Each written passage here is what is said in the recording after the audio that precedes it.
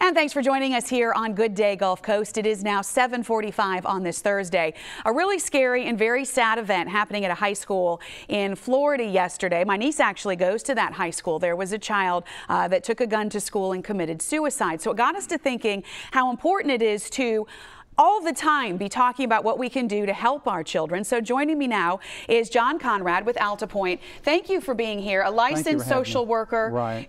This is a topic that kind of needs to be at the forefront all the time, right? Mental health with our teenagers. Exactly. You know, teenagers do not display depression like you and I would. We may just go to bed and, you know, watch TV or something. But they're out and about and doing things, but their affect is changing. They're withdrawing from their friends. Something about their physical appearance is probably going to be different. And, you know, we were talking during the commercial break that the statistics of teenagers that do feel sometimes that sense of sadness or hopelessness is actually pretty high. It's pretty high. It's 31.5% of all teenagers experience some sort of persistent feelings of sadness and hopelessness in their lifetime. So, okay, so what do we do about this? How do we help? I think as parents, I mean, if I've certainly raised a teenager, and so they can be moody, you know, and this is really different than just being moody teenager. These are kids that are their appearance is changing drastically. They're withdrawing from their friends primarily, but also from family. They're isolating in their room. Of course, they're on their computer, you know, that kind of thing. And as I mentioned to you at the break, the thing with teenagers, they're not going to tell their parents that they're sad. They're going to tell their friends. So to have relationships with your kids' friends is really, really important, because the kids will tell the parents oftentimes if their friend has sent them a text that says, I'm going to kill myself or whatever.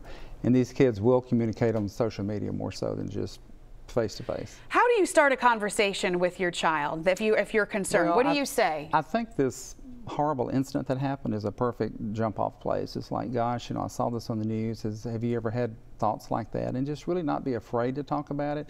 Because quite frankly, I mean, let's face it, kids are dramatic. I mean, adolescents are dramatic. That's part of being a teenager, right? Right. And their emotions can be all over the place.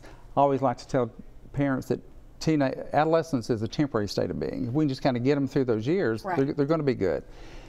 Their frontal lobe is not fully matured, so that's where decision making and our emotional center is. So oftentimes things are going to be exaggerated. And just to kind of have that open door, like, you can come talk to me, it's not going to freak me out, just whatever's going on with you. Right, so important to have that line of communication open and not make them feel like talking about their feelings is a bad thing. Right, exactly. And like I mentioned, kind of be aware of their appearance changing, and just so they begin to kind of isolate from family. Kids are going to do that anyway, you know, adolescents are. That's kind of part of that developmental process, to kind of pull away from the family and be more attached to their peer group. And I encourage parents, a lot of times we get information from a teenager's friend. Right. You know, they'll go to the school counselor and say, look at this text, you know, and then oftentimes we have a kid coming in because the school's called the parent and said they can't come back to school until they've been assessed. And so in our clinic, we'll of course get them in the same day. They're going to see a licensed mental health professional, go through a complete suicide risk assessment, and then if needed, we'll schedule them with our psychiatrist, who is a child and adolescent psychiatrist, just to, you know, kind of make sure everything's on board. Very good. Okay, some very good information, some very helpful information. We're going to put more of this on our website for you to make sure that we are continuing this conversation. Thank you so much for being here. Thank you very much. Very, very important. Guys?